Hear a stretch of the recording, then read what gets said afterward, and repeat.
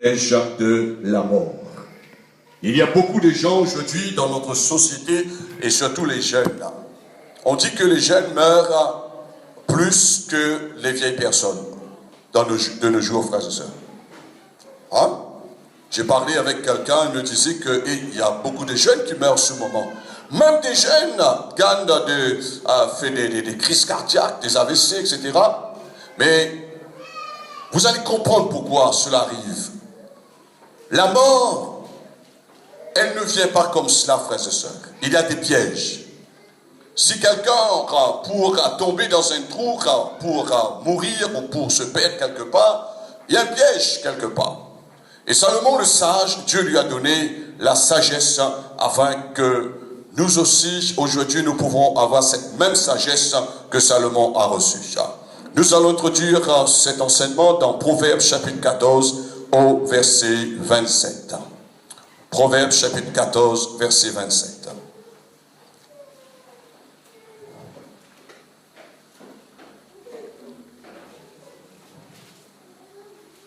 Alléluia. Que le nom du Seigneur soit béni. Amen.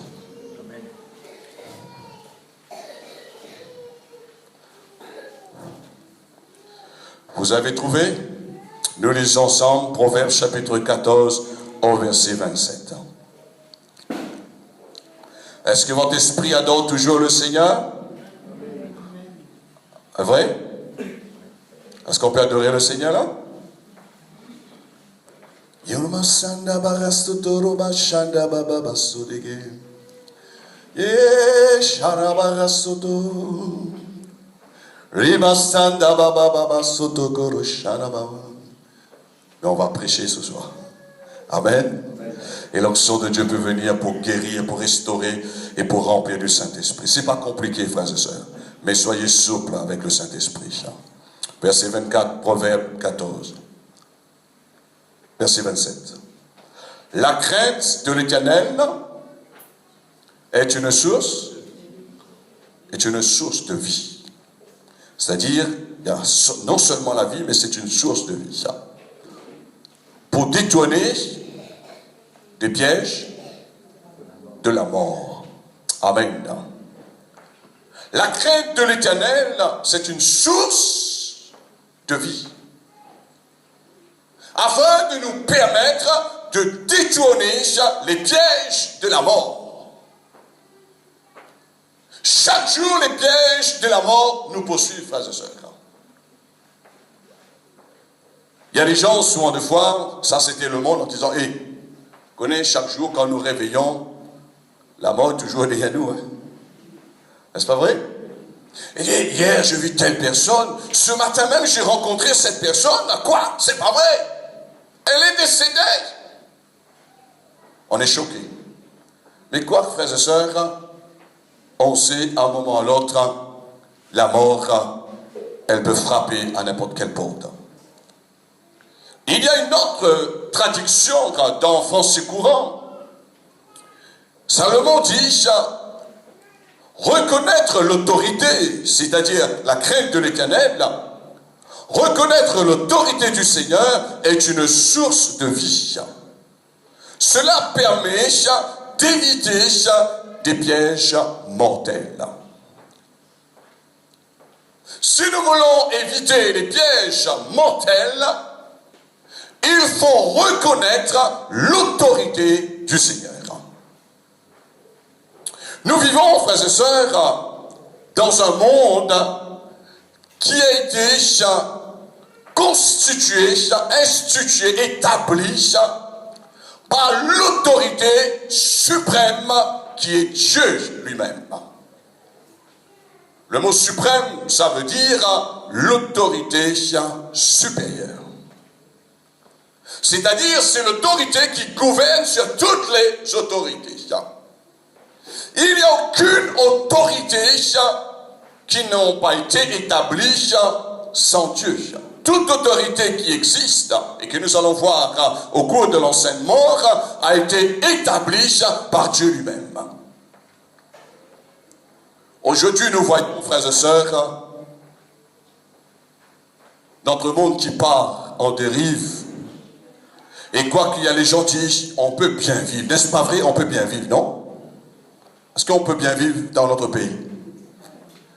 Mais on voit que les gens vivent mal. Il y a les gens qui tuent, il y a les gens qui ont de la haine, il y a la méchanceté, il y a la jalousie. On a tout pour vivre, pour bien vivre. On a tout pour être heureux, nous chrétiens, frères et sœurs. N'est-ce pas vrai? On a tout. On a le Dieu, chaque créateur, celui qui détient toute autorité. C'est pourquoi Jésus dit que tout genou doit fléchir devant lui, parce qu'il est l'autorité suprême, que Dieu le Père a tout remis entre ses mains. Tout genou doit fléchir dans les cieux, sur la terre et même sous la terre. Reconnaître l'autorité du Seigneur est une source de vie. Je rends grâce à Dieu aujourd'hui, dans mon enfance, si j'ai pu éviter les pièges de la mort, c'est à cause de l'autorité parentale. Ma maman me disait souvent deux fois, et quand j'ai désobéi, j'ai goûté comme dit créole. J'ai goûté.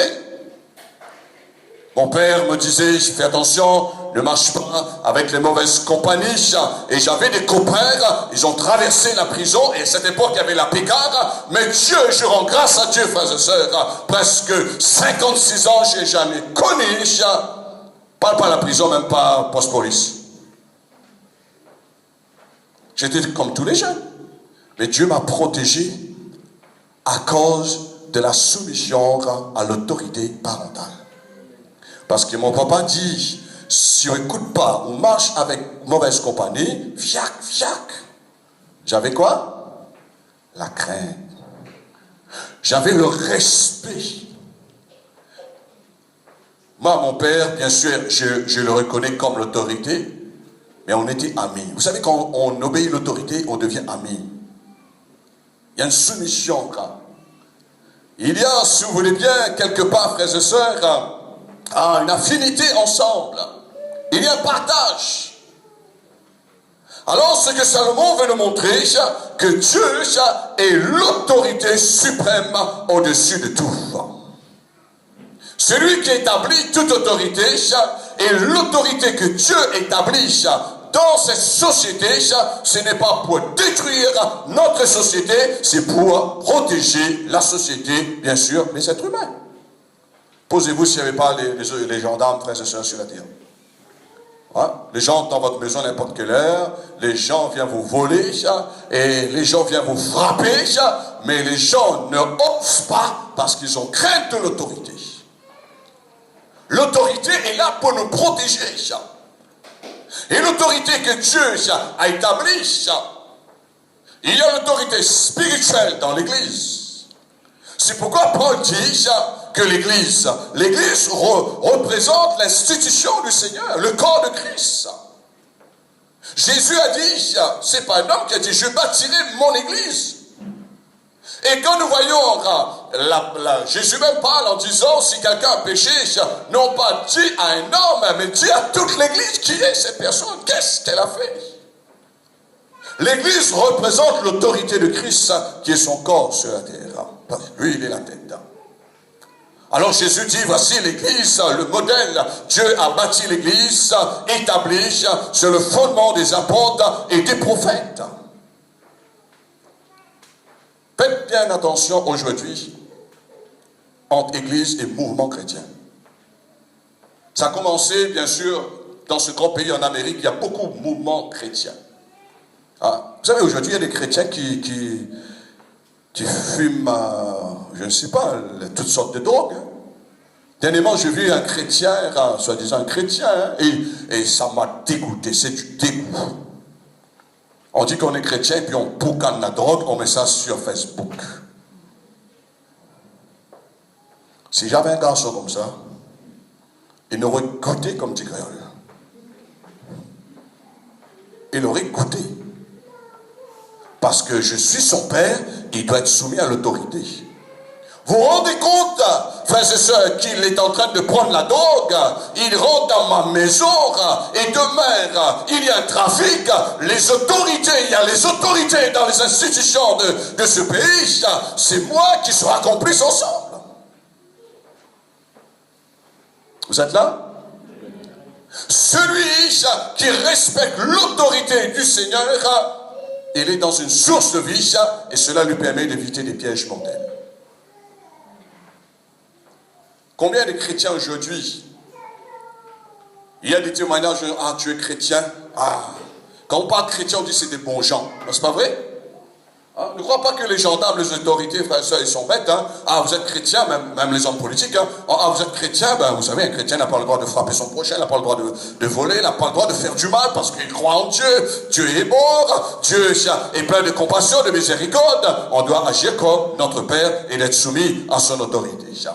L'autorité est là pour nous protéger, frères et sœurs. L'autorité dans le gouvernement de Dieu lui-même. Dans le gouvernement de Dieu, il y a les 5 ministères que Dieu établit. Il y a les apôtres, il y a les prophètes, il y a l'évangéliste, il y a le docteur, il y a le pasteur. Le Seigneur établit ses autorités dans le corps de Christ. C'est pourquoi je vous dis, toutes les églises, il y a en haut les hommes de Dieu, les apôtres. Il y a les prophètes. Il y a les évangélistes, ils sont soumis aux autorités. Il y a les docteurs, les enseignants, les pasteurs. Mais les mouvements chrétiens, il n'y a personne en haut. N'importe qui fait n'importe quoi. Et ça, c'est facile, c'est la vie chrétienne facile, ça. C'est pourquoi il y a des gens qui disent souvent de fois, méfiez-vous, hein, méfiez-vous, frères et sœurs, méfiez-vous. Beaucoup de fruits, c'est pas beaucoup de gens. Non. C'est talent, on appelle ça. Il y a des gens qui ont des talents. Si on dit que beaucoup de fruits, c'est-à-dire beaucoup de gens, il y a beaucoup de fruits, frères et sœurs, alors les catholiques sont mieux que nous. Vous êtes là? Vous êtes là? Hey. Les musulmans sont mieux que nous. Si on parle là-dessus, si on dit qu'ils portent plus de fruits, non. Est-ce que les musulmans n'ont pas plus que les chrétiens, frères et sœurs, de nouveau dans le monde? Les gens disent, nous sommes mieux, nous avons plus. Mais c'est pas cela, frères et sœurs. Jésus a bien dit, on reconnaît un arbre par son fruit. Sinon, on peut tromper les gens. On peut devenir un gourou. Moi, j'ai vu des gens qui sont devenus des gourous. Quand quelqu'un devient un gourou, c'est-à-dire il croit que c'est lui qui est Dieu, c'est lui qui domine. Non, il n'y a qu'un homme. C'est écrit dans la Bible, dans Proverbe, je crois. Il n'y a aucun homme qui est au-dessus d'un homme, frères et sœurs. Aucun homme. Moi, je ne suis pas au-dessus de personne. Celui qui est au-dessus de moi, il n'est pas au-dessus de tout. Il y a toujours quelqu'un, plus qu'on monte, on va trouver l'autorité de Dieu lui-même. L'autorité de Dieu. Il y a l'autorité dans le gouvernement, comme je viens de vous parler. Il y a le gouvernement, ils ont établi leur autorité pour protéger notre pays. Il y a l'autorité dans la famille. L'autorité parentale. Il y a l'autorité dans toutes les institutions, dans les sociétés. Il y a l'autorité. Notre monde, frères et sœurs, Dieu c'est un Dieu d'ordre. Mais ce soir, je vais vous montrer que l'autorité est là. Et je rends grâce à Dieu, frères et sœurs, de ce que l'autorité m'a protégé dans ma vie. L'autorité parentale, l'autorité dans le corps de Christ. Ah, je remercie le Seigneur quand j'ai rencontré des pasteurs, des vieillards. Ils m'ont dit, assis-toi là, pasteur. J'étais comme son fils. Il parlait avec moi. Je prends un exemple comme le pasteur Bessigera. Ceux qui ont connu ce frère, il est déjà parti au ciel. Et j'ai rencontré Bob Don. C'est un homme qui est déjà parti au ciel. Et il y a encore d'autres hommes de Dieu que j'ai pu rencontrer. Et ces hommes, frères et sœurs, ils m'ont conseillé. J'étais là comme un fils, je me sentais petit. Et j'étais petit devant eux. Mais ils avaient un cœur de père. Ce n'est pas des hommes qui me contrôlaient, qui me dominaient, qui me dictaient, mais j'ai ressenti que j'étais protégé. Et je remercie le Seigneur, parce qu'à cette époque, il y avait des gens qui voulaient me contrôler. J'étais encore jeune dans le ministère. Il y avait les gens qui voulaient me contrôler, qui voulaient me dicter. Mais quand ils ont appris, il y a les autorités au-dessus. C'est pourquoi l'Église, c'est un corps universel. Nous fonctionnons localement parce que nous sommes dans un pays localement, à l'île de la Réunion. Mais l'Église, frères et sœurs, ce n'est pas l'Église qui est établie localement, mais l'Église est établie sur le plan international. Nous pouvons aller dans le monde entier, ceux qui ont reçu le Christ, nous avons le même privilège, nous avons le même partage. Je peux aller partout dans le monde, j'ai le même traitement. Ils vont me donner une maison pour rester, ils vont me donner un lit, ils vont m'héberger, ils vont me nourrir, ils vont me transporter, ils vont prendre soin de moi. Vous savez pourquoi, frères et sœurs? Parce que je suis soumis à cette autorité. Quand on est soumis à l'autorité, Salomon a bien vu en disant que nous sommes dans une source de vie. Il y a la vie, frères et sœurs. Il n'y a pas la mort. Mais on est protégé et ça nous permet d'éviter les pièges de la mort. L'autorité est là pour protéger l'homme, frères et sœurs, dans son pays, dans une société, dans la famille. Et nous savons que sans la soumission à l'autorité divine égale la mort. C'est pourquoi ce soir quand le frère Alexandre, j'ai pas lu Alexandre, vous pouvez le voir tout à l'heure, quand il a lu dans Malachie, je dis, oh, ça colle bien avec ce que je vais enseigner, ça vient du Seigneur, c'est un réma pour moi. Malachie chapitre 1er verset 6, il dit, un fils honore son père. Qu'est-ce que cela veut dire? Il respecte, il est soumis à l'autorité. Un fils honore son père. Et je vous souhaite bonne chance. Si vous avez des garçons, des fils, des filles, on parle avec papa, moi. On parle avec maman, moi. Je vous souhaite bonne chance. Et aujourd'hui, frères et sœurs, ce qui se passe dans la chrétienté, on parle avec pasteur, moi. On parle avec l'apôtre, on parle avec prophète, on parle avec évangile, on parle avec personne. Moi, elle avec Dieu. Allez, continue. Et ton enfant, il voit que tu n'es pas un modèle à l'autorité. Demain, il va te rendre ça dans le visage. Moi aussi, je me parle avec vous. Je peux vous dire, frères et sœurs, je mets quatre enfants. Dernière, elle est encore mineure. Mes enfants n'ont jamais osé de lever la tête devant moi. Vous savez pourquoi? Parce que je dis, c'est moi qui exerce l'autorité parentale. Ici, on ne rentre pas n'importe quelle heure. On ne fait pas n'importe quoi. Et mon fils, il a goûté. C'est un jour où j'ai l'occasion de demander lui comment il a goûté avec moi. Parce que les jeunes ont fait des bêtises, mais là, l'autorité est là pour protéger. Comme mon papa m'a protégé, frères et sœurs. Quand j'étais malade, je me rappelle, il m'emmenait chez le dentiste, il m'emmenait chez le docteur. Il s'inquiétait pour moi. Parce que l'autorité, qui parent ne s'inquiète pas pour ses enfants, frères et sœurs? Qui? Toute autorité s'inquiète parce qu'il sait qu'il y a les pièges de la mort. On peut éviter dans la vie. Alors faites très attention concernant les autorités que Dieu a établies. Ou bien vous roulez dans votre voiture et c'est écrit et stop, ou bien fait rouge. On parle avec et stop, moi, allez, passe. Nous serons là avec la morgue, l'hôpital, ou bien je ne sais pas où après. Ça, vous savez, les gens qui parlent dans la société aujourd'hui. Moi, j'ai vu des gens. Une fois, j'ai parlé avec quelqu'un, proche de la famille. Je dis, c'est fait de bêtises, c'est pas bon. Alors, on m'a parlé avec ça. On me dit, je m'appelle de mourir. De toute façon, si mort, mais d'une bouette qui pousse. Je dis, ah bon, ok. Pas bouette la pousse aller. L'ambulance, elle lui trapait devant sa porte. Encore vraiment, quelqu'un vient le jour là. On est parti voir Ali le samedi. Mais dis alors, vous une bourrette? Ah non.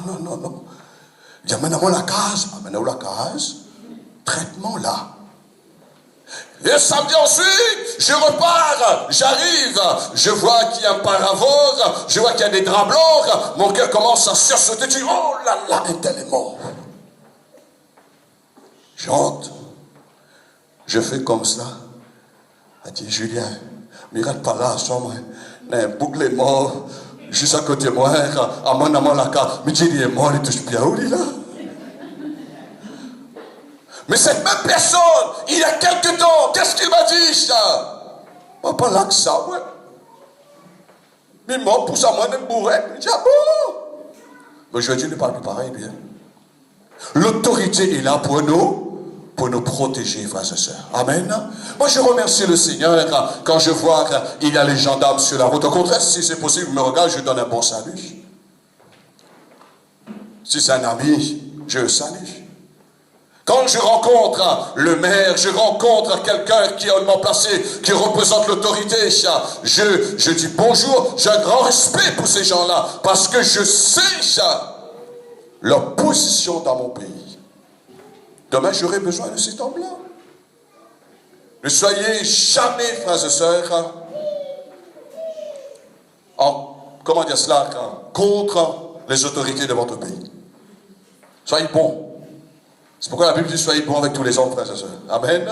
Soyez bons. Vous savez pourquoi? Afin que nous puissions obtenir leur faveur.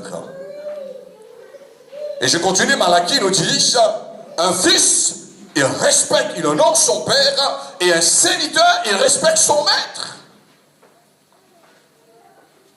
Ça nous montre que la soumission, un serviteur à son maître, il y a une protection, il y a une source de vie. Pourquoi il y a des gens, ceux qui travaillent, pourquoi il y a des gens ont des promotions, ils montent des grades, même s'ils n'ont pas un niveau plus haut, tout simplement à cause de la soumission à leur maître. Moi j'ai travaillé, frères et sœurs, j'étais honoré avec les gens, parce que les gens voyaient que, lui il a une soumission, il respecte. Il ne fait pas les choses, c'est lui qui va me dicter le maître en disant, maître, c'est pas comme ça on doit faire. Maître, c'est bon si tu fais comme cela, mais le maître dit, bon, c'est comme ça. Moi je sais, il y a des chrétiens, frères et sœurs, ils ont jamais, ils ne tiennent jamais dans aucun travail. Parce que quand ils entrent au travail, ils vont d'apprendre, ils arrivent, ils sont nouveaux dans la maison, c'est eux qui commencent à dire, c'est bon, si on tient ça, on met ça là. Le maître dit, bon.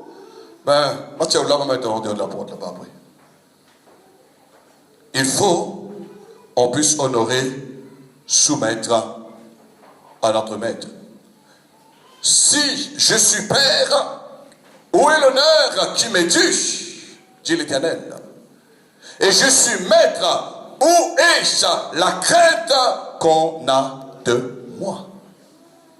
Et je veux venir dans le prochain message, frères et sœurs, comment on doit, primordial, bien établir l'autel de l'Éternel.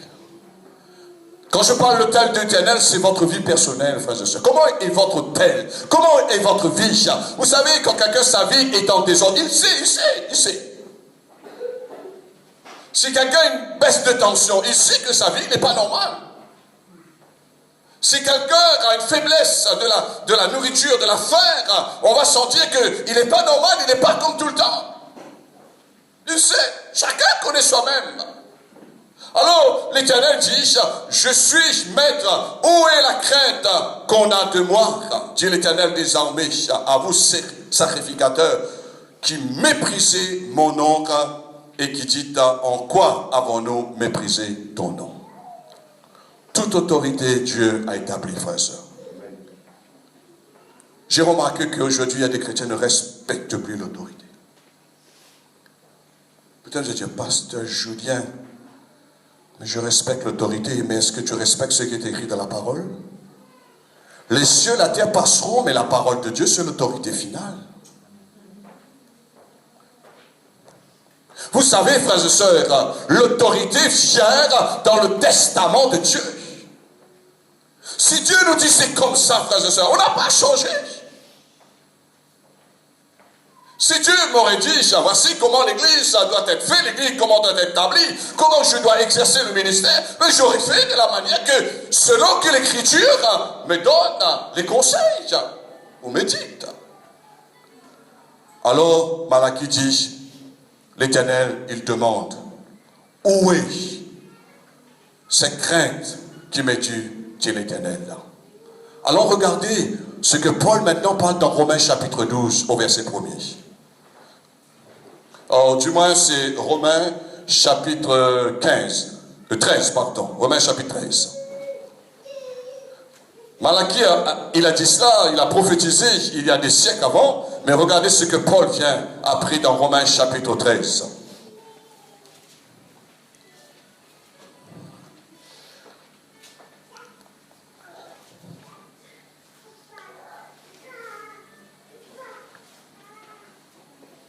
Romains chapitre 13 au verset 1.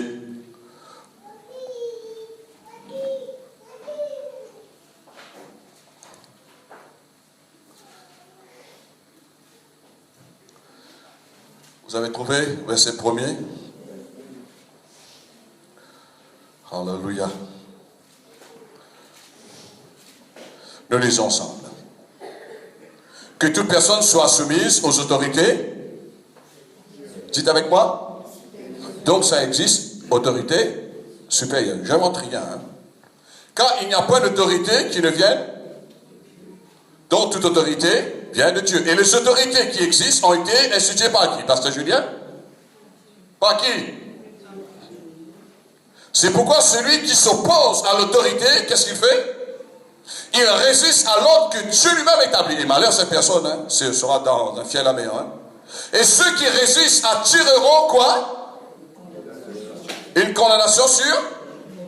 Qu'est-ce que Salomon nous dit? Celui qui craint l'Éternel, il est dans une source de vie, et cela nous protège, frères et sœurs, les pièges de la mort. Et Paul rejoint les mêmes pensées. Ce n'est pas pour une bonne action, c'est pour une mauvaise que les magistrats sont à redouter. Nous craignons parce que si nous faisons une mauvaise action, ben, on aura du fil à retordre. Veux-tu ne pas craindre l'autorité? Qu'est-ce que tu dois faire? Fais le bien. Et tu auras son approbation, tu auras la vie. Le magistrat est serviteur de Dieu pour ton bien. Mais si tu fais le mal, crains, car ce n'est pas en vain qu'il porte l'épée. Étant serviteur de Dieu pour exercer la vengeance et punir celui qui fait le mal. Il est donc nécessaire d'être soumis non seulement par crainte de la punition, mais encore par motif de conscience. C'est aussi pour cela que vous payez les impôts. Est-ce que vous payez les impôts? Oh là là, vous n'aimez pas? Est-ce que vous aimez payer les impôts? Non? Cassez votre maison. Vous n'allez plus payer les impôts.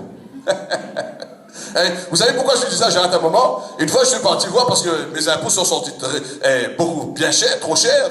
Je dis, madame, ben, c'est trop ça. Ben, elle m'a dit, monsieur, ben, attends, je vais regarder dans l'ordinateur. Ah ben, tu as tant de mètres carrés de ta maison, mais si tu veux payer moins, ben, tu casses moitié.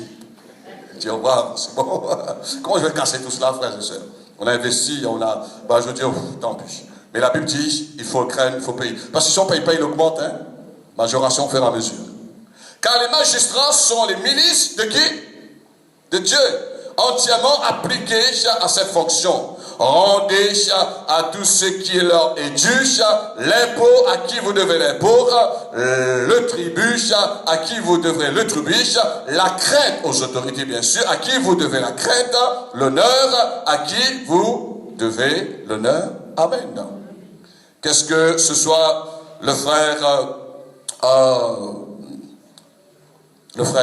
Alexandre, qu'est-ce qu'il a dit? Ah!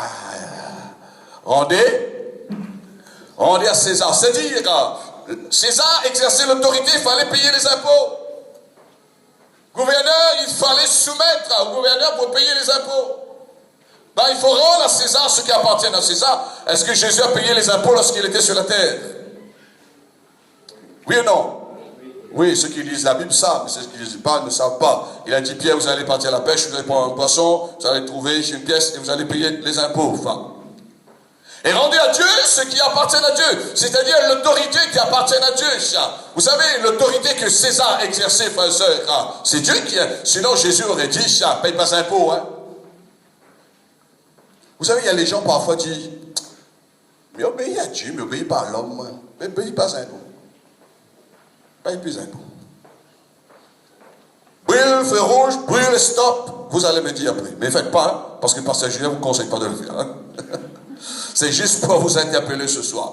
Alors, Jésus dit, vous allez voir chez vous dans Luc chapitre 20, au verset 25, Jésus voulait dire, soumettez-vous aux autorités établies par Dieu.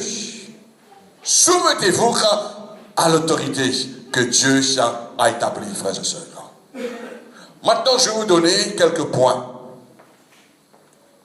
Avant de terminer, comment éviter les pièges de l'amour? C'est-à-dire, nous savons qu'est-ce qu'il faut faire. Je pose la question. Qu'est-ce qu'il faut faire pour éviter les pièges de l'amour? Hein? Est-ce que vous êtes d'accord avec Alexandre? On est d'accord avec la parole. C'est-à-dire la soumission à l'autorité. Craindre Dieu. C'est pas d'avoir peur de la présence de Dieu. Non, c'est pas cela. C'est-à-dire, ce que Dieu nous dit, tout âme, par exemple, péchera, mourra. Si Dieu nous dit, je prends un exemple, il ne faut pas manger le sang ni les animaux sacrifiés aux idoles, ben, on respecte, on crée Dieu. On ne crée pas un homme, la frère et sœur. Mais on crée ce que Dieu est en train de nous dire à travers sa parole. C'est pourquoi aujourd'hui, il y a beaucoup de chrétiens, frères et sœurs, ils sont en train de faire des dérapages dans leur vie de chrétienté. Et quand on regarde maintenant, comme dit un homme de Dieu, quand j'ai cherché les chrétiens, j'ai trouvé dans le monde, je cherche le monde, j'ai trouvé dans l'église. On se pose la question maintenant, est-ce que c'est vraiment... Vous savez pourquoi? Parce qu'il n'y a plus de respect. Il n'y a plus de respect. Et dis-moi, frère et sœur, est-ce que les jeunes gens aujourd'hui respectent bien les vieilles personnes? Hier, j'étais pour l'emploi. J'ai eu un jeune homme. Et vraiment, je connais cet homme, c'est quelqu'un, bon, il a quand même un certain âge. Il était calme, tranquille. Il m'a dit, hé, viens envoyer un coup, hein. Viens garder un coup, ça va. Moi-même, j'étais vexé pour cette personne. Cette personne est occupée, est en train de courir partout dans sa responsabilité. Je dis, pardon, messieurs, s'il vous plaît, est-ce que vous pouvez me donner un renseignement? Il n'y a plus ça maintenant. Viens où est coup là, on a besoin de parler coup là. Vous êtes là? Ça, c'est la société que nous vivons dedans, frères et sœurs. Hein? Et ça ne manque pas les parents souvent de fois de dire, hey, attention, hein. Si c'était comme auparavant, frères et sœurs, ben, c'est bon, d'un côté on a changé la loi parce qu'il y a trop de gens qui ont abusé pour les corriger poliment, sainement les enfants. Ben, je rends grâce à Dieu parce que mes parents m'ont bien corrigé. Hein. Ben, j'avais la crainte de mon papa parce que il avait une ceinture, frères et sœurs, c'était en cuir, ça ne cassait pas. Hein. Je peux vous dire. Hein. Une fois, j'ai fait une bêtise, j'ai frappé une petite sœur et moi, bon, je me mis à courir, je dis... Je croyais que mon père ne savait pas, parce qu'il était un peu gros, hein, je croyais qu'il est trop lourd, il ne pourra pas. Mes frères et sœurs, oh là là, j'entendais pom pom pom pom pom, je commençais à voir comme ça. Hein. Quand il m'a attrapé par les mains, c'est comme ça. Et une fois, ce n'était pas la deuxième fois que j'ai donné la peine que mon père connaît à moi. Hein. Ça m'a donné une crainte. Le soir, frères et sœurs, quand je suis entré, la tête couverte, j'avais peur, attention, que mon père va revenir pour me frapper, parce que mon père il avait un caractère, oh là là, ben, je le comprends, frère, c'est parce qu'il était chef d'équipe, il a conduit des centaines de personnes, il était chef générateur dans l'usine, je comprends, il a rencontré pas mal de caractères, pas mal de gens dans son travail, les gens l'ont provoqué, les gens le disaient, après ton travail, on t'attend dehors, voyez-vous, il y a un prix à payer. Mais, une fois, après je vais terminer, il y a quelqu'un qui est venu vers le directeur en disant et moi je ne travaille plus avec M. Minachi parce que M. Minachi, c'est quelqu'un mauvais. Il est parti voir la direction, le directeur, en disant, monsieur le directeur, déplace-moi, envoie-moi avec quelqu'un d'autre. Vous savez qu'est-ce que le directeur lui a répondu? Encore il est mauvais, m'a dit la même. Parce que si quelqu'un était trop doux là, ou tu fais n'importe quoi, ou même tu piles plat, ou bois, ou dehors le soir, surtout dans l'usine, hein? Ben, il risque de. Il y a des gens qui sont morts dans l'usine, frères et sœurs, qui étaient sous. Parce qu'on ne plaisante pas dans l'usine, frères et sœurs. Il y a danger permanent il y a des gens qui ils ont fait une bêtise, bon, ils ont payé, ils sont partis même là où il y a la chaîne, on met le bagasse, tout cela, parce qu'ils sont sourds, on met l'envoyer une bagasse, et même ils sont partis dans la chaîne, frères et sœurs. Je ne vous explique pas. Alors il avait une responsabilité. Ben, il était sévère, c'est normal. Parce qu'il exerçait l'autorité, il y avait quelqu'un au-dessus de lui, le directeur. Au-dessus du directeur, il avait la compagnie au-dessus. Voyez-vous?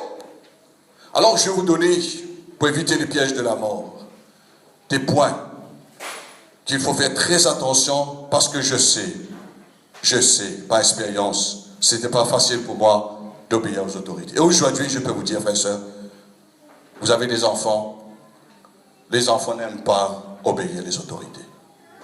Ça, je peux vous dire, frères et sœurs. Nous avons tous passé par là.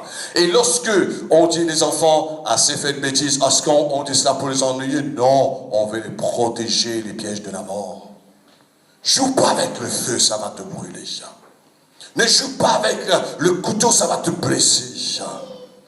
Ne jouez pas avec les armes à feu, ça va te blesser. Combien des parents, frères et sœurs, qui étaient imprudents, ont laissé des armes à feu à exposer aux enfants, et les enfants sont morts bêtement. Premier piège à éviter, c'est l'orgueil. Ça, c'était le piège fatal pour Lucifer. Il a voulu déchoter l'autorité suprême, c'est-à-dire Dieu. Qu'est-ce que Dieu a fait avec lui? Qu'est-ce que Dieu a fait avec lui? Dieu a dit, descends maintenant. L'Éternel lui a précipité. Pourquoi Jésus dit, celui qui s'élève sera baissé? L'orgueil, il faut faire très attention, ça nous emmène dans les pièges de la mort. Deuxième piège qu'il faut éviter, la désobéissance. La désobéissance est pire que la sorcellerie de la divination, frères et sœurs. La désobéissance, aujourd'hui il y a des chrétiens, moi j'ai rencontré des gens, des chrétiens, ils m'ont dit, pasteur, je regrette, je dis c'est trop tard. Ce qui est fait, c'est trop tard. Dieu te pardonne, ok, mais tu payes les conséquences. Deuxième piège, il faut éviter la désobéissance. Et ça, il va aussi pour nos enfants à l'égard des parents. Troisième piège de la mort, l'incrédulité. Nous, sur le foi, qu'est-ce qu'on dit ça? Ce sont les païens qui sont incrédules. Non, frères et sœurs, ce ne sont pas les païens qui sont incrédules. Mais ce sont les chrétiens qui ont déjà entendu la parole, mais qui ne veulent plus croire dans la parole. L'incrédulité, c'est de ne pas croire dans ce que Dieu dit.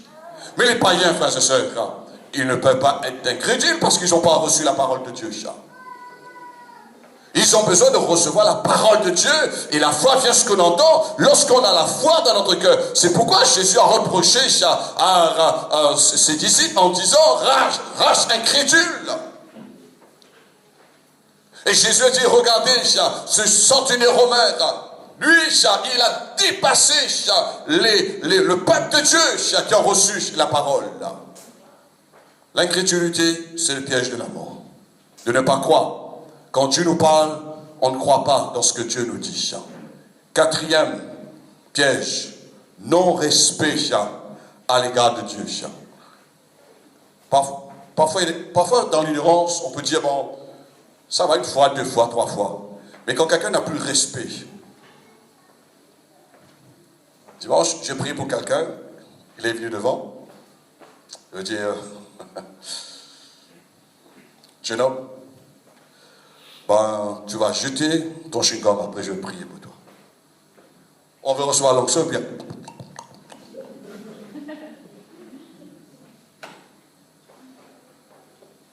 On peut être malade, on retourne malade.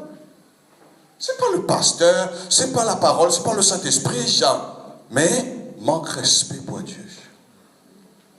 On manque d'honorer, là je parle, la présence de Dieu. On ne réalise pas que Dieu est là.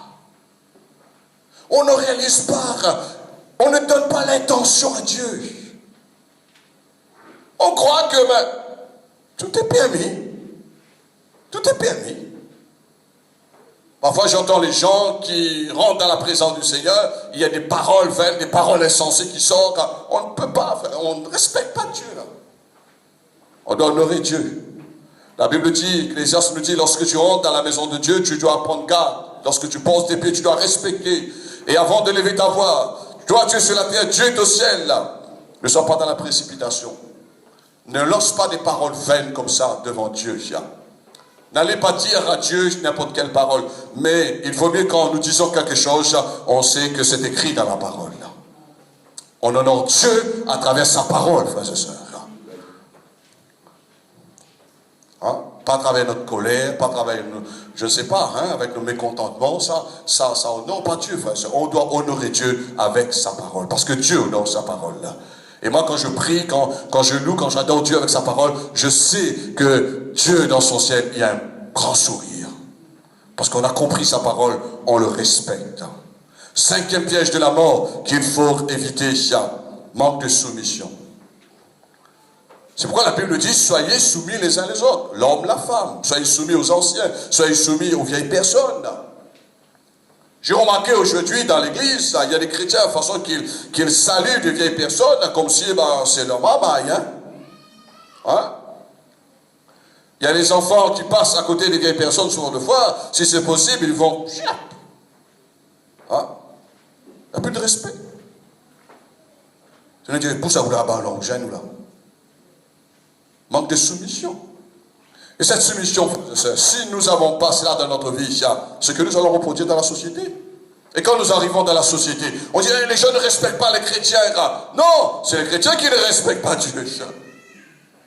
Si on respecte Dieu, on est soumis à Dieu, les gens vont avoir la crainte pour nous, frères et sœurs. Comment il y a des gens parfois, vous aussi, vous pouvez témoigner. Vous arrivez chez votre famille convertie. Vous avez la soumission à la parole de Dieu. Personne ne vous voit. La personne dit un gros mot, dit, excuse-moi, hein. Excuse-moi, mais que ne jure pas. Hein.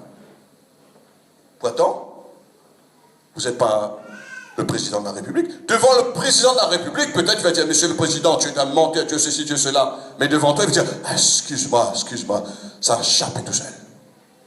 Voyez-vous? C'est parce que nous sommes soumis à l'autorité supérieure.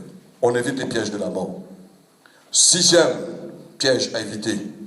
La Bible dit dans l'Épître aux Hébreux, nous devons veiller qu'aucun de vous puisse avoir un cœur mauvais. Vous savez, quand quelqu'un a un cœur mauvais, il devient amer, frères et sœurs. Ça, ce cœur-là. Il faut surveiller ça. Veille sur ton cœur plus que... Veille sur ton cœur plus que... toute chose. Fais attention. Si le jour j'ai un cœur mauvais, un cœur double, frères et sœurs, envers mon épouse, ben je sais, même si je parle, dis à mon épouse, ça va mal passer. Hein? Ça va passer en travers. Septième piège à éviter, le refus de pardon. On refuse de pardonner. Nous devions pardonner, frères et sœurs. Nous devions rendre honneur à celui qui mérite l'honneur. Nous devions, comme Dieu, Jésus même a dit, si nous pardonnons Dieu le Père, il va nous pardonner. Ne laissez pas, j'ai connu des gens qui ont refusé de pardonner, ils sont tombés dans les pièges de la mort. Mais celui qui craint Dieu va pardonner, frères et sœurs. Amen. Combien de gens vous avez fait du temps sur la terre? Est-ce que vous avez déjà pris un temps, un moment pour écrire? Hein? Je ne parle pas que vous avez fait du temps, hein? Ça, on doit examiner. Hein? Moi, j'ai pris le temps, je dis, ça m'a fait du mal, m'a fait du mal. Je dois lui pardonner. Sans lui révéler quoi que ce soit, mais de lui montrer que je ne suis pas là pour dire que j'ai raison, toi tu as tort, mais je suis là pour te pardonner. Amen. Vous êtes prêts pour cela? Ça nous est... On vit bien, on est bien dans sa peau. Huitième piège à éviter, le mensonge. Le père du mensonge, c'est le diable. Ils vont me dire la vérité. Pourquoi mentir? Parfois, vous savez, quelqu'un dit avant moi, un prédicateur, il a dit que le mensonge, quand quelqu'un ment, c'est comme un l'os, je ne sais pas, d'un bœuf par exemple. On donne le chien et vous-même vous allez ramasser l'os après. Parce que le chien ment pareil, hein, trop gros, trop dur. Ça retourne contre nous. C'est un piège. Et le mensonge, frères et sœurs, ça risque de faire tuer quelqu'un. Il y a des gens qui ont commis des crimes à cause des mensonges. C'est très dangereux. Et c'est pourquoi la Bible dit ne mentez pas les uns les autres. Ça sont des pièges de la mort. Il faut éviter ça. Quand quelqu'un a la crainte, il va éviter cela. Je ne dois pas mentir. C'est pas facile, non? Hein? Je peux comment ça, je peux avouer devant mon épouse. Parfois, il y a des cas, mon épouse dit, et dis-moi, qu'est-ce que tu es en train de faire? Je te cherche partout dans la maison, qu'est-ce que tu es en train de faire? Ne dis pas, je suis venu au bureau, tu n'es pas en train comment dire cela, de méditer la parole, en train de lire la parole, tu n'étais pas encore en train de prier, tu n'étais pas au téléphone, tu n'étais pas en train de laver les vaisselles, tu n'étais pas en train de faire quoi que ce soit, mais tu étais devant la télévision.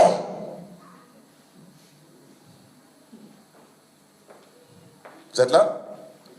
Hein? Je ne sais pas si vous êtes comme ça. Hein? Quand votre épouse vous cherche, vous êtes en train de regarder un reportage et puis tac, tac. Dis non, ton sommeil. Non, il faut dire, je suis en train de regarder la télévision. Est-ce que vous aimez regarder la télévision?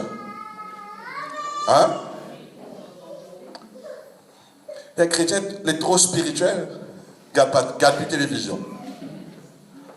Si vous regardez plus la télévision, je suis là, je prends vos télévisions. Je prends vos télévisions. Il y a une sœur, elle m'a dit, Pasteur Julien, quand je retourne, je vais te donner une télévision. Est-ce que tu veux une télévision? Je dis oui, donne-moi la télévision.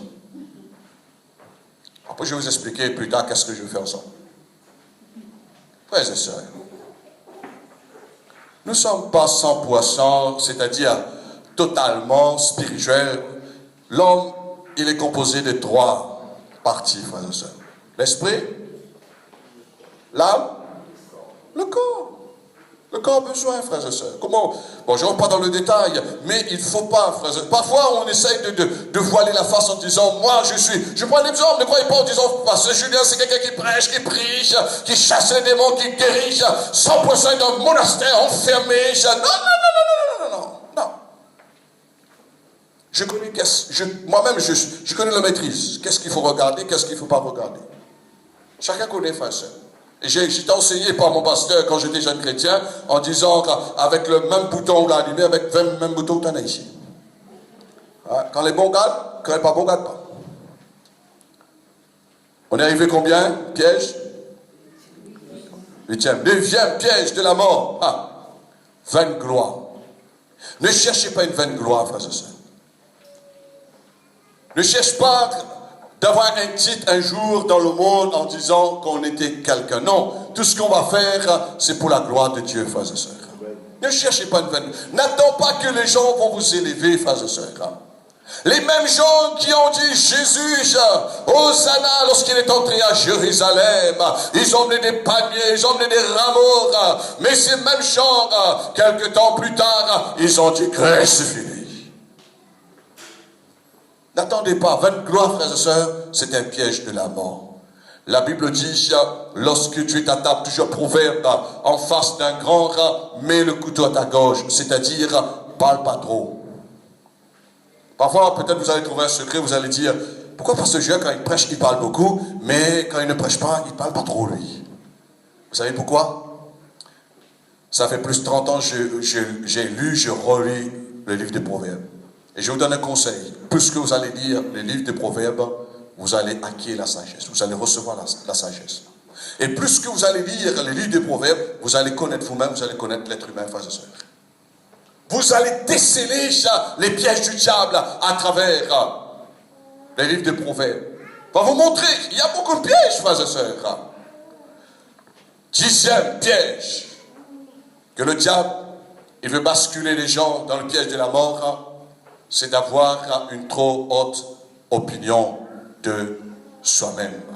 C'est-à-dire d'être prétentieux ou prétentieuse. Il ne faut pas avoir une très haute opinion, frères et sœurs. Regarde-moi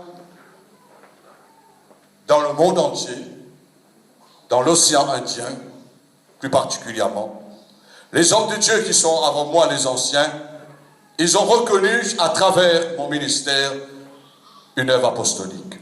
Mais je ne suis pas prétentieux. Vous pouvez m'appeler pasteur, vous pouvez m'appeler frère Julien, vous pouvez m'appeler apôtre, frères et sœurs, il n'y aura pas aucun changement dans ma vie. Quand vous allez dire frère Julien, ne croyez pas que je vais faire comme ça. Quand vous allez m'appeler pasteur, ne croyez pas que je vais faire comme ça. Et ne croyez pas quand vous allez dire l'apôtre Julien, je vais monter chez la chaîne Prio. Non! Je suis ce que je suis par la grâce du Seigneur. Voyez-vous? Je suis ce que je suis par la grâce du Seigneur. Je fais le travail de Dieu de tout mon cœur. Dieu m'a donné cette force, cette grâce, cette capacité d'aider les autres personnes. Je fais et je sais que j'aurai ma récompense selon que Dieu m'a demandé de le faire. Soyez pas prétentieux, trop haute opinion.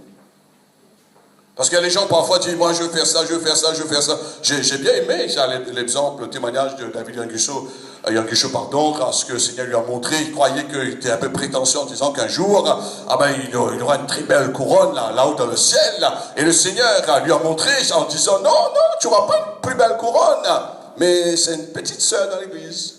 Il dit, ah bon? Ouais.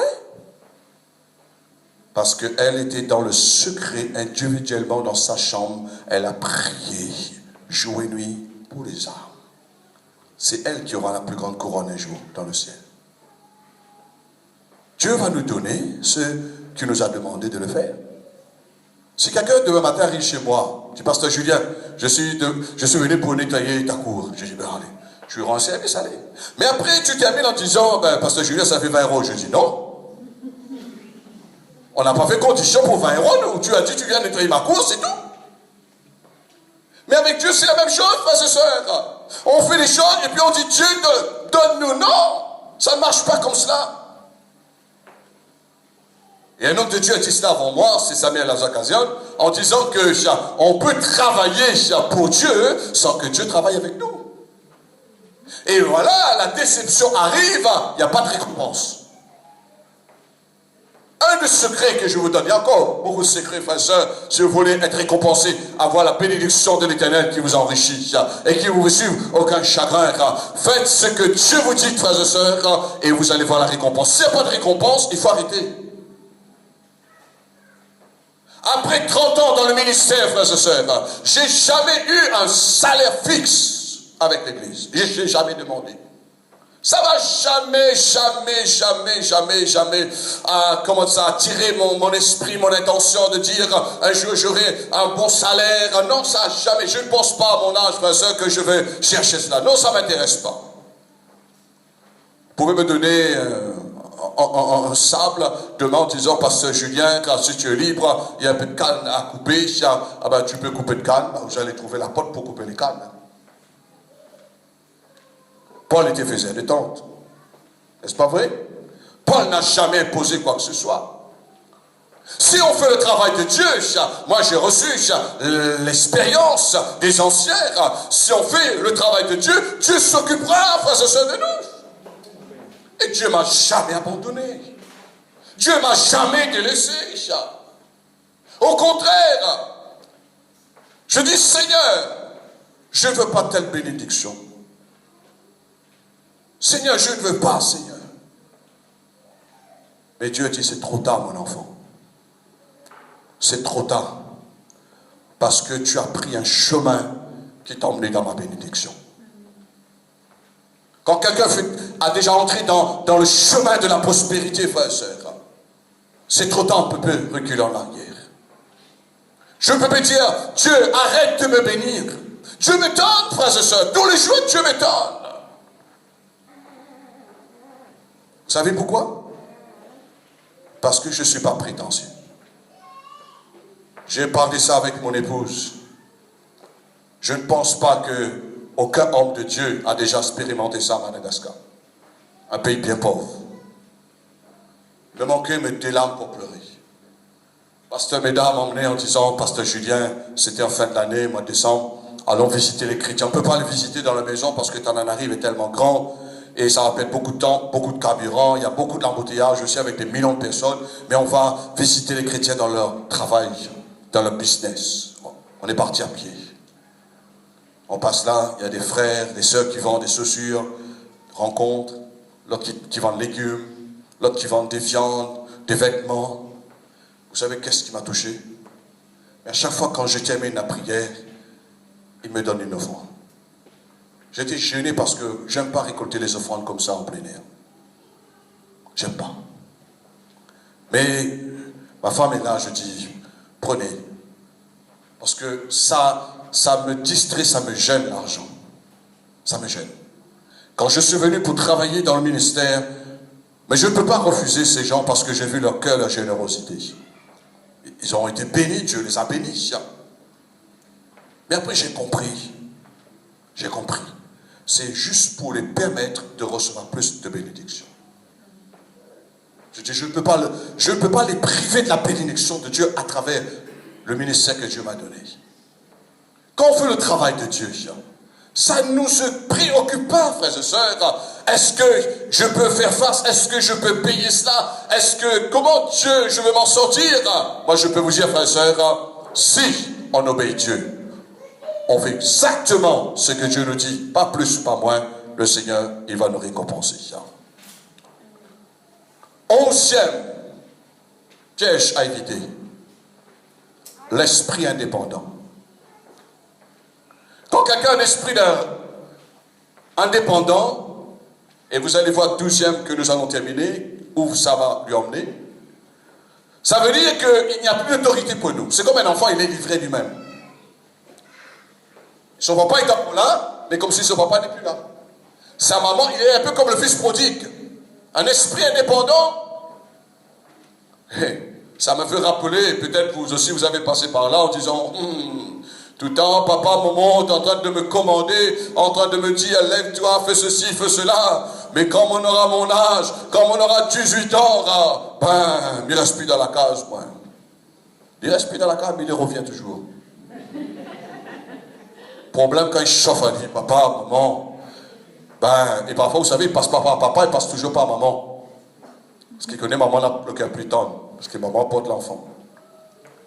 Comprenez, frère Philippe prie. C'est comme ça. L'esprit indépendant, il faut faire très attention, frères et sœurs. Quand quelqu'un tombe dans cet état d'esprit, il ne voit plus l'autorité. Et quand il n'y a plus d'autorité, il n'y a plus de protection. C'est fini, l'enfant n'a plus de protection.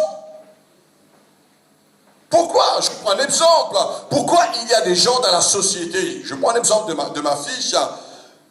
Elle part, elle marche dans la ville de Saint-Pierre, là où j'habite, Basse-Terre. Il n'y a personne d'autre, personne n'a jamais osé de dire quoi que ce soit déplacé contre elle. Vous savez pourquoi? Parce que la majorité des gens disent, connaissent son papa. Voyez-vous? Il n'y a pas de repère. Je connais son papa. Mais si maintenant l'enfant n'est plus soumis à son papa, les gens vont dire, vous savez, il n'est plus soumis à son papa. Les gens vont, vous savez, qu'est-ce qui va se passer après quoi? L'esprit indépendant, faites très attention. En général, je parle, frères et sœurs. L'esprit indépendant, deuxièmement, emmène les gens dans les pièges de la mort. Ça pousse à un esprit de rébellion. On rebelle contre Dieu. On rebelle contre nos parents, on rebelle contre la société. On dit qu'il n'y a plus rien. Quand j'entends les gens souvent de voir, c'est un peu les terrorismes, ces gens-là souvent de voir, en disant que c'est nous qui vont mettre de l'ordre dans la société. Ils s'en fichent de tout, frères et sœurs. Et c'est esprit de rébellion. Ils croient que, et il dit, c'est au nom de Dieu que nous allons tuer.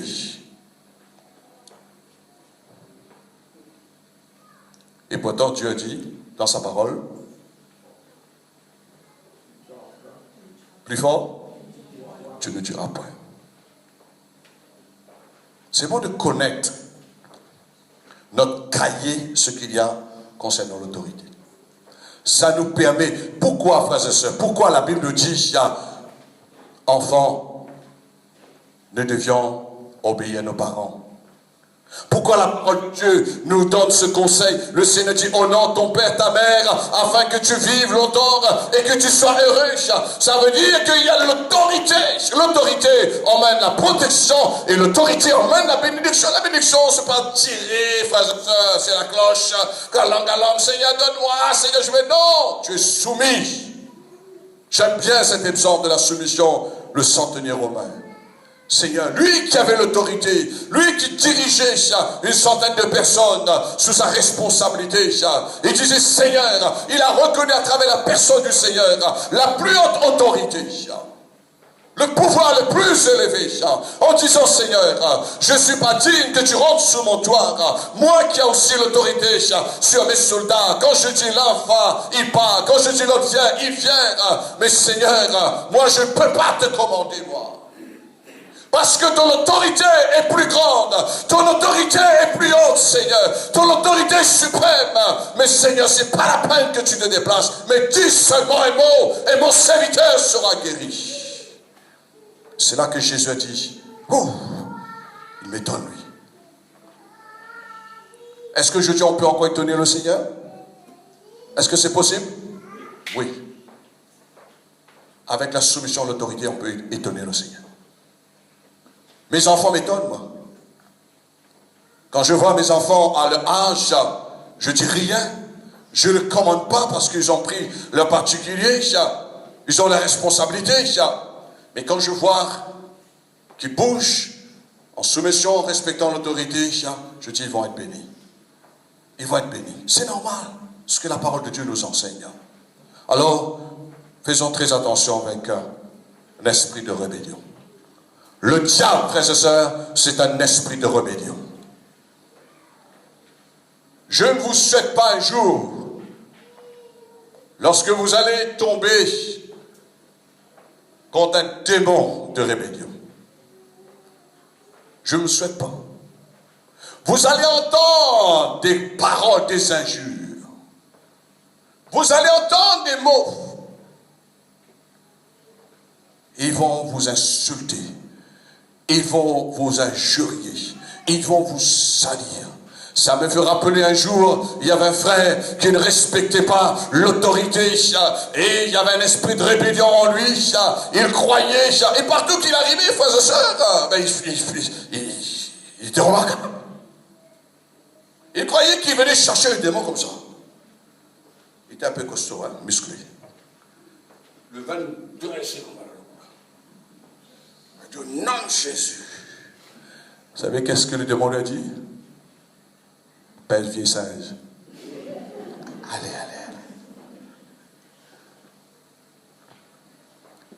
Avec amour, je dis, mon frère, n'allez plus. Un jour, il y avait notre frère, lui ici, pareil. Il croyait, là, par contre, il avait un esprit prétentieux, mais il a buté contre un esprit de rébellion. Et cet esprit de rébellion, frères et sœurs, lui, prime, il chasse, il liche. Et c'était une vieille grand-mère. Une vieille grand-mère a levé sa caprine comme elle dit, mon enfant, qu'est-ce que tu fais là? Fini. Je déconseille les gens d'aller chasser les démons s'ils ne sont pas soumis à l'autorité de Dieu. Les pasteurs ont fait cela. Ils ont payé les pots cassés. Ça a emmené la destruction de leur famille. Il y a même des pasteurs, ils m'ont rendu témoignage. Moi, je n'ai jamais connu cela dans mon ministère. Ils m'ont dit, pourtant je suis plus ancien que dans le ministère, ils ont dit que les démons sont venus pour les étrangler, pour les étouffer le soir. Je dis, il y a un problème. Quand on est soumis à Dieu, les anges de Dieu campent autour de ceux qui craignent l'Éternel. Quel démon vient nous trembler? Quel démon vient nous trembler? Quand j'ai entendu ça dans la bouche d'un pasteur, je dis, il y a un gros problème. Et le gros problème, je sais, en suivant ces démarches, il manque de soumission à l'autorité. Vous connaissez les psaumes, les 7 fils de Sébas. Quand ils sont partis, ils ont chassé les démons en disant, nous venons au nom de Paul. Mais les démons ont dit, je connais que Jésus-Christ est le Fils de Dieu. Je sais que Paul, il est un apôtre envoyé de Dieu. Il a reçu l'autorité. Mais vous, qui êtes-vous? La Bible dit que ces démons, le démoniaque a déchiré leurs vêtements, ils ont galopé. On peut avoir l'onction, on peut avoir l'expérience, on peut être pasteur, on peut être apôtre, on peut être ce qu'on veut, mais si on n'est plus soumis à l'autorité, notre vie est en péril. Celui qui craint l'Éternel, c'est une source de vie. La Bible dit, le Seigneur est celui qui lui protège, l'évite les pièges de la mort. Et pour terminer, nous lisons un verset dans Proverbes chapitre 24, au verset 20. Oh yamasotoro satara makasotoro maka. Oh ribasata makasotoro makasotoro maka. Proverbes chapitre 24, au verset 20.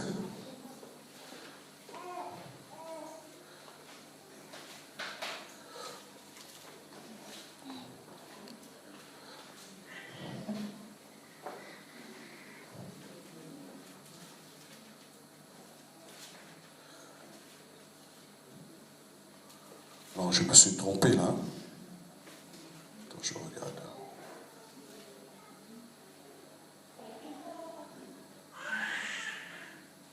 Je crois que je me suis trompé, c'est peu...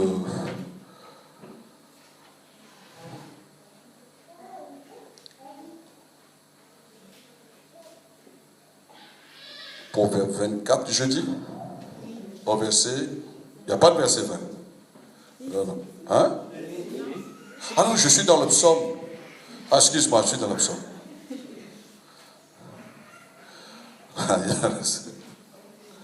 Proverbe chapitre 24, verset 20. Merci beaucoup. Hein?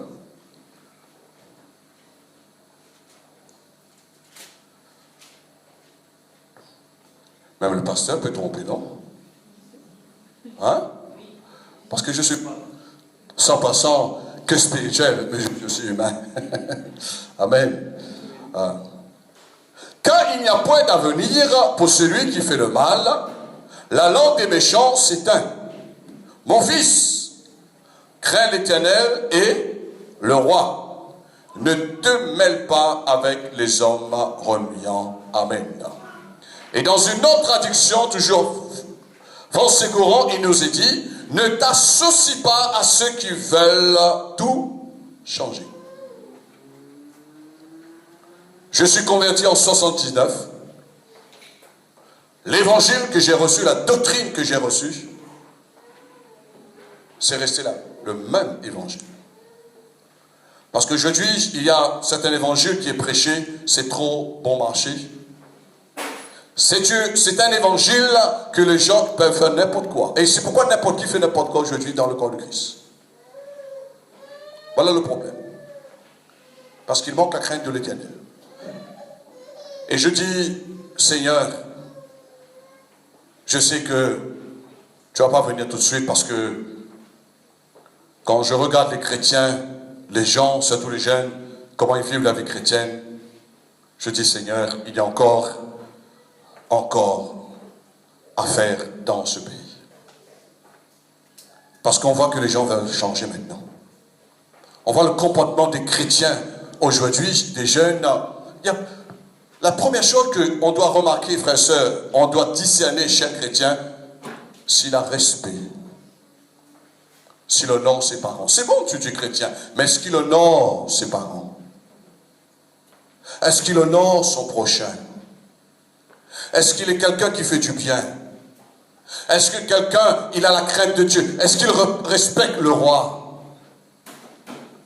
On est là, non pas pour détruire la société, mais on est là pour construire dans la société, frères et sœurs. On est là pour donner de belles exemples dans la société. Jésus dit, nous sommes la lumière dans ce monde. Alors, nous ne sommes pas là, frères et sœurs, pour déranger quoi que ce soit, ce que le Seigneur a établi, la façon de l'Église. Il y a 2 semaines, parce que 2 semaines cela, j'ai entendu une mauvaise nouvelle. Ça va donner une tristesse pour cette personne. Et la sœur devait venir à l'église, c'était l'autre dimanche, elle est retournée à Métropole, avec son fils, qui a 11 ans, je crois. Et j'ai appris que elle est partie dans un mouvement chrétien. Il y avait quelques fidèles qui étaient là. Et il y a une bonne sœur qui n'est même pas convertie, a baptisé cet enfant dans la piscine. Et cette sœur devait venir, elle m'a fui dimanche, l'autre dimanche, ce n'est pas ce dimanche, c'était l'autre dimanche avant. Parce que son mari m'a téléphoné, il m'a expliqué la situation. Et son mari m'a dit, est-ce qu'elle est venue à l'église? Je dis non, elle n'est pas venue. Est-ce qu'elle m'a téléphoné? Elle est venue à l'île de la Réunion, elle est repartie sans me visiter, venir me voir. Je dis, c'est pas grave, mais tu mets son pasteur au courant métropole. On ne peut pas brûler les étapes avec Dieu. Tu mets son pasteur au courant. Qu'est-ce qu'il a fait? Moi, ce qui a déchiré mon cœur, cet enfant, il devrait être baptisé dans son église locale avec son pasteur, ou si cet enfant, il voulait passer par les eaux du baptême, il est revenu ici. Moi, je n'aurais pas baptisé parce que je ne suis pas son pasteur responsable. J'aurais dit, ma soeur, lorsque tu retournes en métropole, je connais bien son pasteur, s'appelle Philippe Jem. Je dis, tu parles, pasteur Philippe Jem. Tu dis à pasteur Philippe, voilà, ton fils, il veut donner son cœur à Jésus. Et prochain service de baptême, il va baptiser ton fils. Mais maintenant, c'est une soeur qui n'est même pas convertie. Elle n'est même pas dans une église. Baptiser cet enfant. Donc, quand j'ai entendu cela, frère et soeur, je dis, Seigneur mon Dieu, comment on est aujourd'hui? C'est la cata. L'enfant est innocent. Mais moi, je voulais rencontrer cet enfant parce que je sais cet enfant sera détruit. J'ai parlé avec son père, je dis, lorsque tu vas rencontrer ton fils, explique ton fils, il faut qu'il parle avec son pasteur. Parce que c'est lui qui est le berger. C'est lui qui a la responsabilité. Mais cette sœur, frères et sœurs, elle n'a rien fait, elle n'est même pas pasteur de l'église, elle n'est même pas responsable de l'église.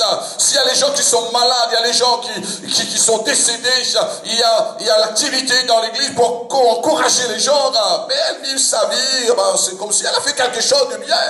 Mais je dis maintenant, comment sera l'enfant? Et le pasteur Philippe là-bas. Mais après j'ai réfléchi, je dis, Seigneur, je comprends aujourd'hui où on est concernant les gens qui tombent dans les pièges. Et là, ils sont piégés, frères et sœurs. Et cette sœur, quand le mari a parlé, dit avec cette sœur, qui tu as parlé? Avec qui tu as parlé? Vous savez, quand les gens disent, tu as parlé avec pasteur Julien, dit, oh là là là là, tu as mal fait dire ça, pasteur Julien. Vous savez pourquoi, frères et sœurs? Parce que j'ai jamais, par la grâce du Seigneur, déshonoré l'autorité de la parole. Je vérifie tout ce que je dis à travers la parole, si c'est bon, si c'est pas bon. Je demande conseil aux anciens dans le ministère. Et je vais plus loin, frères et sœurs. Les messages que je prêche, que j'enseigne par sur YouTube, il y a plusieurs des chrétiens qui entendent cela. Ils vont vérifier si ça vient du Seigneur. Et c'est pourquoi Dieu a permis que les messages passent sur YouTube, afin que les chrétiens, frères et sœurs, qui sont trompés aujourd'hui dans le mouvement chrétien, qu'ils soient protégés des pièges de la mort. Fait défaut l'autorité, ça va dégringoler dans tous les niveaux, frères et sœurs. Parce que Dieu, l'apôtre Paul le dit, c'est un Dieu d'ordre.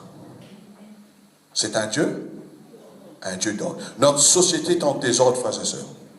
Aujourd'hui, il n'y a plus l'homme avec la femme, il y a l'homme avec l'homme qui se marie, il y a la femme avec la femme qui se marie, etc., frères et sœurs. Et ça commence à rentrer dans certains enseignements dans les églises. Mais je dis là où on part, frères et sœurs. On ne peut pas changer ce qui est établi au départ. On doit garder. N'ajoutez rien à la parole et ne retranchez rien de la parole. Celui qui enlève seulement, comment déplace seulement un mot, frères et sœurs, un iota, un mot seulement, il aura compte à rendre à Dieu. Soyons soumis à l'autorité de la parole. Faites ce que vous savez déjà, vous avez été enseigné. Dites ce que vous savez, frères et sœurs, mais ne faites pas des choses parce que ça va retomber sur vous. Dieu vous protège. La protection est là pour nous protéger. Ça va vous protéger. Parce que le diable, frères et sœurs, il est le malin. Il fait piéger les chrétiens. Et la Bible dit, il tend le filet comme pour prendre l'oiseau. Pour faire tomber l'oiseau dans son filet. Mais que Dieu vous protège. L'autorité vous protège. Amen. Et aujourd'hui, je rends grâce à Dieu. Les gens qui ont compris l'autorité, on peut bien vivre dans notre pays, frères et sœurs. On peut bien vivre dans l'église quand il y a la soumission à l'autorité. Et c'est cela qui emmène une bonne entente, une bonne famille, et qui permet l'amour de grandir dans notre cœur. Et de nous comprendre aussi les uns les autres. Prions le Seigneur. Mettons-nous debout. Dieu notre Père, dans le nom de Jésus-Christ, ton Fils bien-aimé, nous inclinons devant ta parole ce soir. Parce que ta parole est l'autorité finale. Les cieux, la terre passeront, tu as dit Jésus. Mais ta parole, elle demeure toujours. Seigneur, j'ai parlé, j'ai enseigné avec ce que tu m'as inspiré, avec l'expérience. Seigneur, avec certaines situations qui se passent aujourd'hui dans notre pays. Maintenant, Seigneur, que ton Saint-Esprit vienne confirmer la parole. Parce que je ne suis pas là, comme dit l'apôtre Paul, pour persuader qui que ce soit. Mais je sais que ton autorité, Seigneur, c'est l'autorité suprême. Et je sais que chaque autorité qui existe dans ce monde a été, Seigneur, établie par toi. L'autorité spirituelle dans l'Église, l'autorité parentale, l'autorité dans le gouvernement, l'autorité, Seigneur, dans chaque institution, mon Dieu, qui existe dans ce monde. Père, nous sommes des gens que tu as dit qui représentent la lumière. Nous représentons ton autorité sur la terre, Seigneur. Nous ne voulons pas mal présenter ton autorité, Seigneur, parce que nous savons cela, Dieu, nous emmène dans les pièges de la mort. Mais celui qui craint l'Éternel, il sera dans cette source de vie. Nous avons décidé ce soir de te respecter, Seigneur, afin que nous restons dans cette source de vie. Seigneur, visite ton peuple. Et je pense particulièrement ceux qui sont jeunes dans la foi. Je pense ceux qui sont jeunes encore, Seigneur Dieu, en âge. Ceux qui ont besoin d'apprendre, Seigneur, oh Dieu, à mettre en application l'autorité dans leur vie. Dieu, je prie afin que tu viennes les aider, Seigneur. Je sais que par moments, c'est pas facile, Seigneur. Mais je sais, Dieu, j'ai passé par là.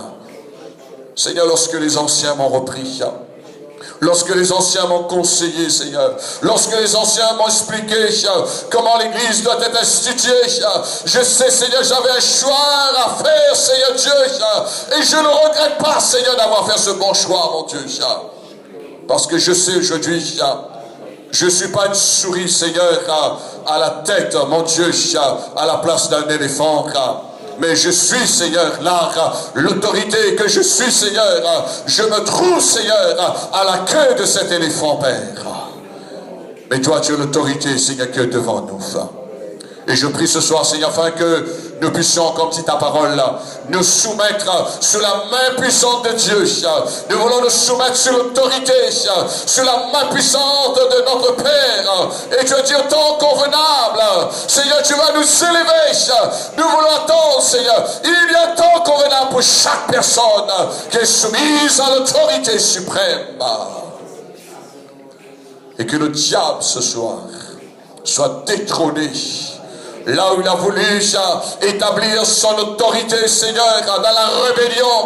Là où il veut, Seigneur, mettre son autorité pour dégrader la société, Seigneur. Père, au nom de Jésus, que ton autorité soit instaurée, Seigneur. Que ton autorité soit rétablie dans notre pays, Seigneur. Et je prie ce soir, Père, de bénir chaque chrétien, chaque église locale, et de bénir toute l'église, mon Dieu, dans le monde entier, afin que nous puissions pas falsifier cet évangile, mais nous puissions demeurer dans la sainte doctrine et dans la sainte foi, Père. Au nom de Jésus, Père, nous te remercions pour cette soirée, et maintenant je laisse ton peuple partir, Seigneur, avec ce message dans le cœur. Cher Saint-Esprit, c'est toi qui fais le travail, qui convainc de péché, de justice, de jugement, et c'est toi qui vas appuyer cet enseignement. Cher Saint-Esprit, merci Père, de ce que tu nous as dit, celui qui craint l'Éternel sont environnés de ta grâce, et l'ange de l'Éternel campe autour de ceux qui craignent Dieu. Merci pour la présence de tes anges, qui nous accompagnent sur le chemin du retour, et qui nous gardent dans notre demeure, sur chaque famille, sur petits et grands, et que la main de Dieu soit sur vos frères et sœurs. Merci Père. Merci, au nom de Jésus. Et tous ensemble, nous disons Amen. Amen. Amen. Alléluia. Que Dieu bénisse, frères et sœurs, et reméditez, repassez la parole de Dieu, et ça sera pour vos salutaires, comme dit Paul, et sera pour votre bien. Alléluia.